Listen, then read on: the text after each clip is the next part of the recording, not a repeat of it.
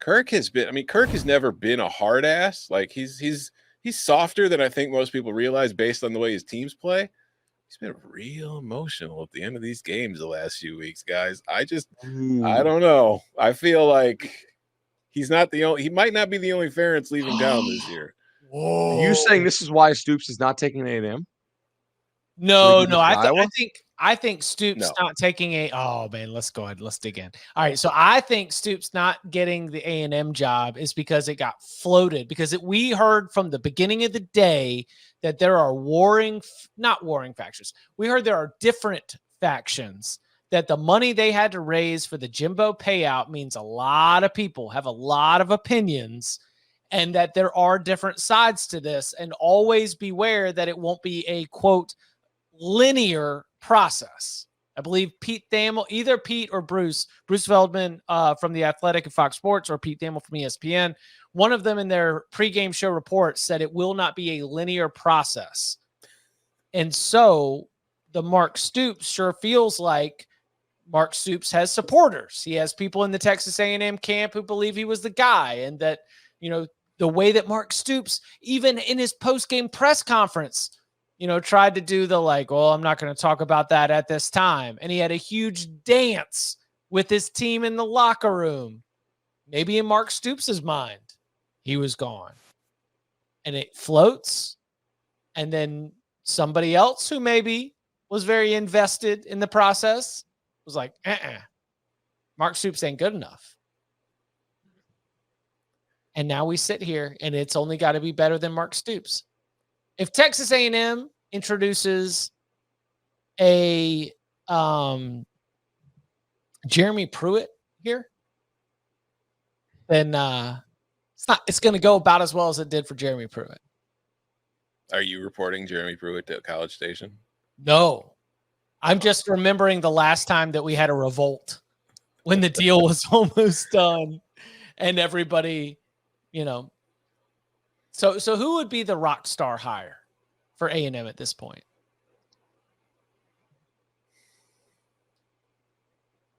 I don't know that there is a rock star hire for A&M. Like, guys who are pretty confident have already said not into it. Norvell, Lanning, all the reports said that Lane was not an actual candidate, which I totally get from like a recruiting standpoint. Elko told Duke he was good. I know it's not a rock star. Do we think DeBoer wants Michigan if he's going to leave Washington? That's kind of my speculation. Right? Like there's a chance that Michigan opens. If Michigan comes open, it's Jerome Moore's job, period. That's sure?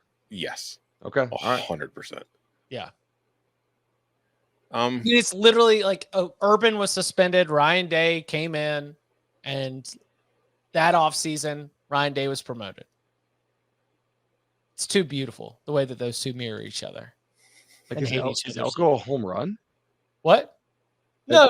I was just I was thinking about, you said coaches who we know have like come out there and told their schools or the people at their schools that they're staying. I would consider Elko a home run for the same reason I consider Mark Stoops a home run.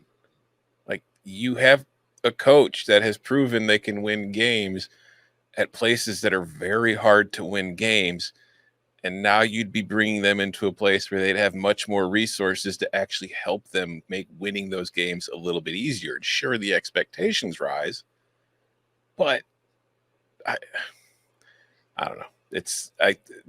A&M, we've talked about this. If there is kind of like a Tennessee situation going on, or even like an Auburn situation where it's just warring factions among the boosters,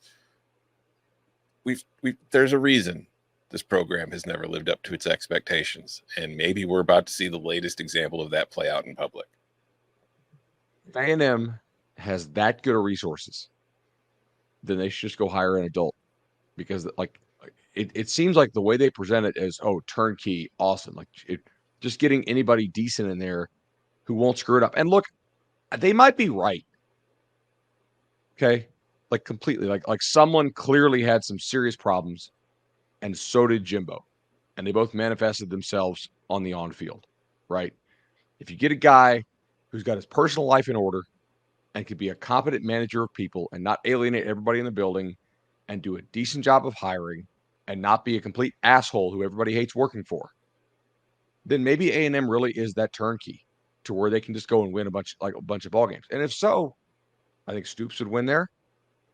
I think Elko would probably do a good job. Like, there's a lot of guys, Jed Fish probably would. Like, there's a lot of guys who you could go hire. You don't need, like, I think Mark Stoops is a good recruiter, actually.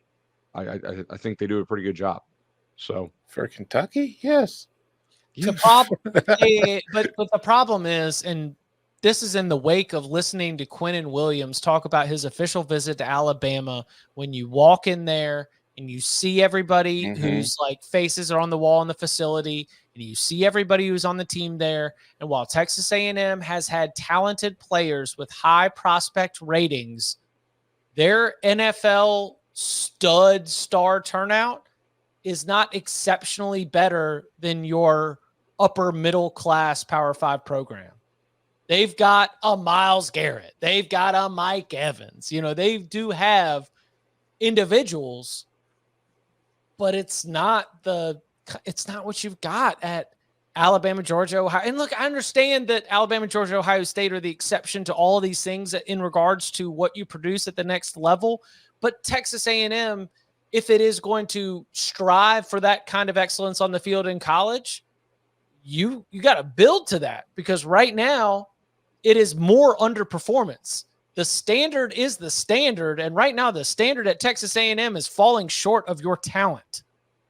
So you need a coach to be able to flip that, which is why the sell of a coach like Mike Elko, or somebody that is more of a culture program builder type, would be. Tom, I agree with you. Like, I would say it's a home run.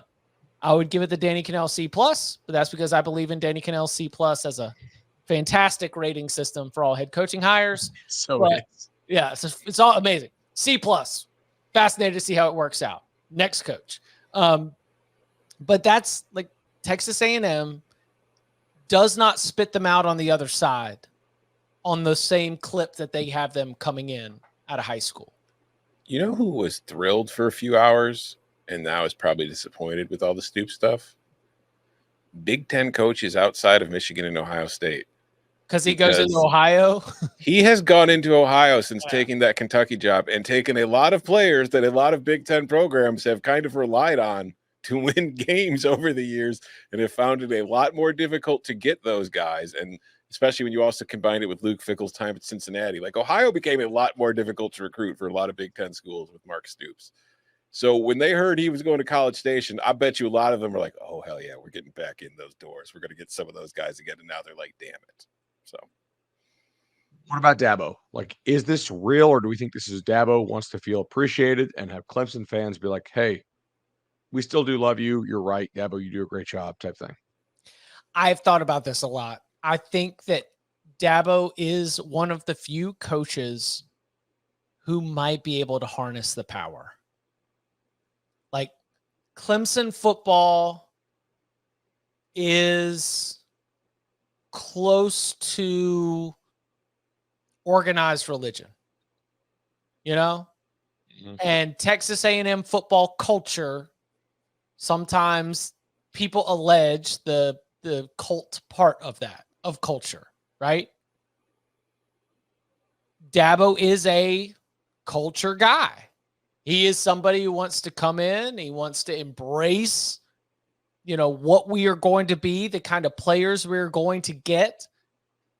Now, will he identify the same kind of players that fall in line with the kind of people that are cutting checks for the NIL war chest? We'll see.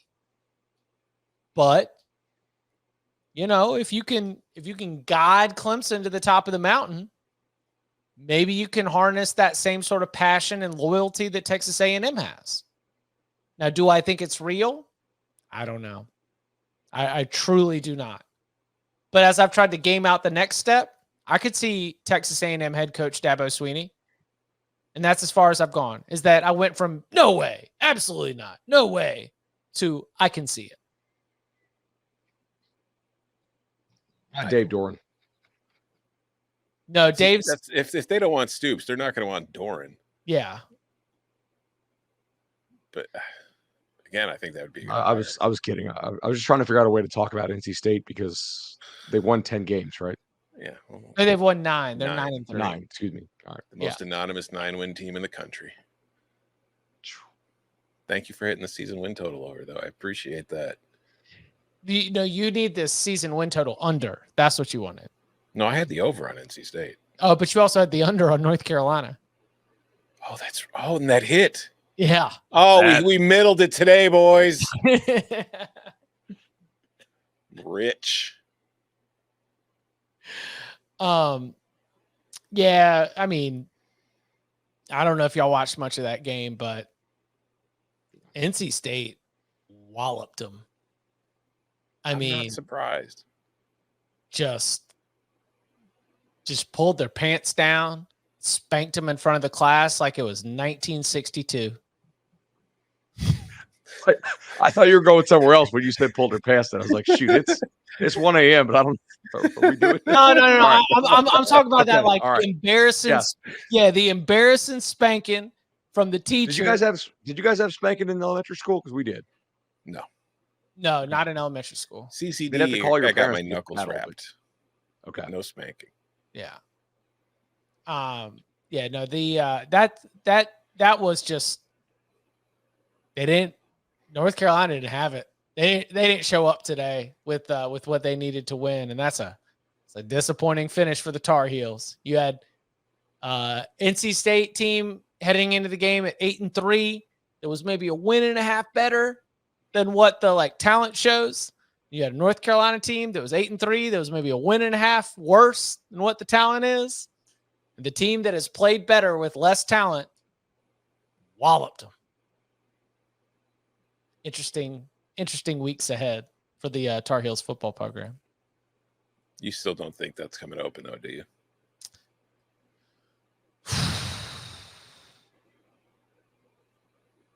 I'm not confident because this is the. Nah, we don't need to do this right now. But I mean,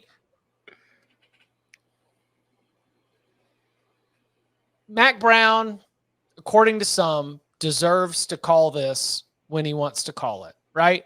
I mean, he has leveled up North Carolina football. Last 2 years under Larry Fedora, they win 5 games combined. He's leveled them up. He is also 72 years old. Got a lot of players that are going to be leaving from this team.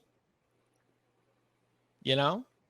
If you are, how about this? If you are North Carolina Athletic Director Bubba Cunningham, are you enthused about bringing Mac back for 2024? No.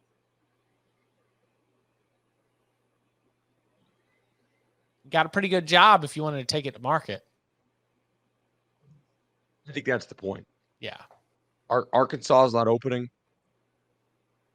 Kentucky apparently is not opening. It's a better job than Mississippi State by a lot. It's a better job than Michigan State. It's a pretty damn good job, man. Michigan State's been to a playoff and won the Big Ten recently. I'd say it's better. I think Michigan. Yeah. I'm not. And they'll pay you $95 million for having one good season. So I don't know if you get that. Actually, you may not get it though. Well, just use a private phone. Don't use the. No, I don't want to. It's going to be a podcast that's downloaded a lot. I don't want to get too reckless. We'll save all her really good off-color jokes for July. So we need a Michigan State thought here. Yeah, I was going to say so Jonathan Smith is official. That's great hire. Yes. Good God, yeah.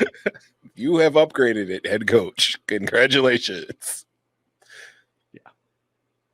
Jonathan Smith is a good football coach who took an Oregon State program to heights it had not reached in decades.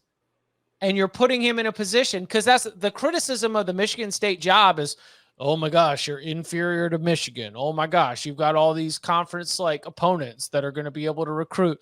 Huh, interesting. Like Oregon State doesn't have to deal with Oregon or hasn't had to deal with USC or Washington. Like he is upgrading in the challenge, yes, but the role is something that he has already mastered. Great hire. No idea how it's going to go. C+. Yeah, it's exactly what it's the direction they should have gone. I think they got a very good coach, and I was worried that they were going to do the Mel Tucker thing again, where it's like, we need a great recruiter if we're going to compete with. It's like, well, no, you're never going to recruit with Ohio State and Michigan. You need a coach that knows how to put together a football program and then go out there and win games. And that's what they got, because like you said, Oregon State has never been at the top of the Pac-12 recruiting rankings. They are never, the most talented team on the field, but they have been able to compete with the better teams in their conference. And that's what Michigan State needs to get back to doing. And they got a coach who I think gives them a very good shot of doing that again. It looks like he's bringing a lot of his staff. Obviously, like their ability to put together offensive lines is really impressive. I think is it Mahalsik? That's your boy. The O-line coach. The O-line I know, coach. But I love watching his O-lines. But like, Jim, I don't know how to pronounce your last name. It's Jim, crazy, congratulations on moving back to a region of the country that will know how to pronounce your name, because everybody has it. Jim, you do a great job. I don't know how to pronounce your name. I do love watching your offensive lines play. That's a great hire. It really is. Yeah. Like, you know who's really pissed about this hire? Everybody in the old Big Ten West. Like, nobody there is like, okay. No, they're all like, damn it. Like, we wanted to pull that developmental kid out of Michigan that Michigan passed on. And he's probably bringing Aiden Childs too. Oh, that's going to be a big one. Although I think Michigan State fans might be counting their chickens before they've hatched there, because I do think if I'm Aiden Childs, there will be a lot of interest in me if I enter the portal. So I shouldn't just go in with like Michigan State in mind. 1 million%. Also like $1 million. Exactly. And I do think Michigan State would be the favorite, because like I was saying earlier, Michigan State's got money. So if they want to get him, and like, I do think that they could pony up. It's just, I think if I'm Aiden Childs, I'm playing it, but like, I want to see who else is willing to pony up, because I want to be in the best spot for me. Is Syracuse going to get announced tomorrow or Monday? Is it Mullen for real? I don't know if it's for real. It's been a busy day, a lot going on, but yeah, that I don't have another name. Yeah, I've heard nothing solid, but enough people have kind of kicked that can around that I do wonder if maybe there might be something to it. We'll see. I would be surprised. It's just the guy from Holy Cross. Yeah, Bob Chesney. We talked about him. It'd be awesome. Yeah, if it's Chesney, I won't be surprised. If it's Mullen, I will be. Yeah. What about There's no way Rich Rod is in the running, right? No. He could be. He's got Northeast kind of credentials from his time at West Virginia and in the Big East, so he's familiar with that territory. And I mean, Rich Rod is the kind of guy I think that you would be looking for at Syracuse, a program guy. What about Jeff Lebby? Is that going down? Mississippi State? Honestly, of all the hires that have been reported where I thought there would be like a riot, I did not have money on it being Mark Stoops at Texas A&M. I thought it was going to be Lebby at Mississippi State. We got Lane Kiffin. From their fans or from like people who are not fans of Mississippi State? Mississippi State fans, I don't think are. I mean, some are.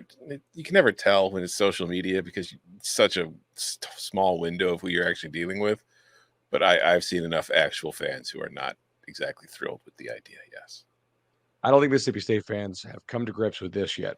And for the audio listeners, it's you putting up your hand to vote yes for Missouri and to vote yes for A&M and to vote yes for Texas and for Oklahoma. And each time you vote yes, you're adding about a quarter loss to your schedule per team, right?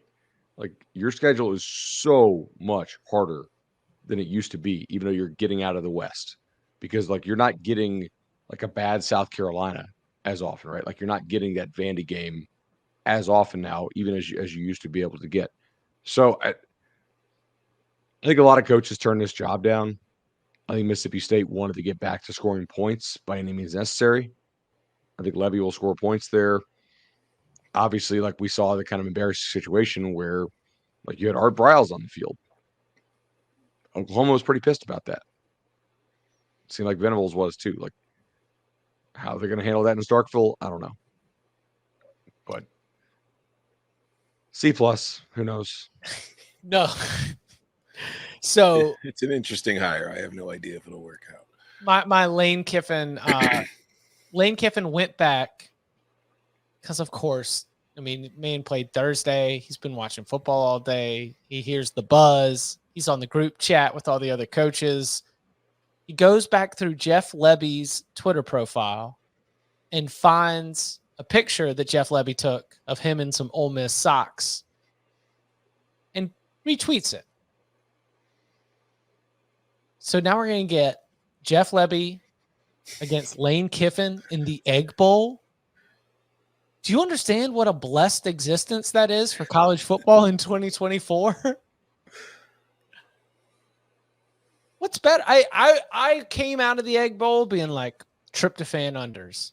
From here on out, we're going Egg Bowl unders. But you give me Lane Kiffin and Jeff Lebby? There's no defense in that game. My favorite thing about that, by the way, was when they were talking to Lane fully admitted, he's like, I'm much more comfortable coaching in a shootout. He's like, I don't care if my defense is giving up points. I'm much more comfortable. He's like, when the game is close and low scoring is what I'm not nearly as comfortable calling plays. Stoops just tweeted this statement. I know there's been much speculation about me and my job situation in the last couple of days. It's true. I've contacted that potential opportunity. After celebrating a big win against our rivals with players I love like family, I knew in my heart I could never leave the University of Kentucky right now. I have a great job at a place I love, and I get to work with the best administration and greatest fan base in college football right where I'm at. I'm excited to say I'm a Wildcat. All right. So how many zeros were added? Is he back to the old contract now? I mean, well, he already had an absolutely incredible deal. Wonder if it got a little sweetener on it. Good for him either way. But, yeah, for sure. I mean, I will be honest. Or maybe he heard like how insane the boosters are at A&M. I mean, that's what I was about to say. Like, if you're Mark Stoops, quality of life, I think I'd rather be at that job than. All right, listen. Yeah. Where would you rather live? Like there's no contest. Not even that aspect, but just like the pressure that is put on me for my job. You know what I mean? It's like, but yeah, no, I would rather live in Lexington than College. I think you would rather live in Iowa City. No, I mean, listen, I'm more than happy to stoke that rumor for fun. I have absolutely no. Because that might be big. Lincoln Riley, I am not taking the LSU job. Energy. Remember? Lincoln Riley had us all like, okay, and then Lincoln's staying until he finally hit the back door. The thing is, out of respect to Kirk Ferentz, can't jump on that now. He's still got a Big Ten championship game. So tonight, he's happy to be a Wildcat. Mm-hmm. Tomorrow, but he's always been happy to be a Hawkeye. 8 days from now, is Mark Stoops happy to be a Hawkeye? That's TBD.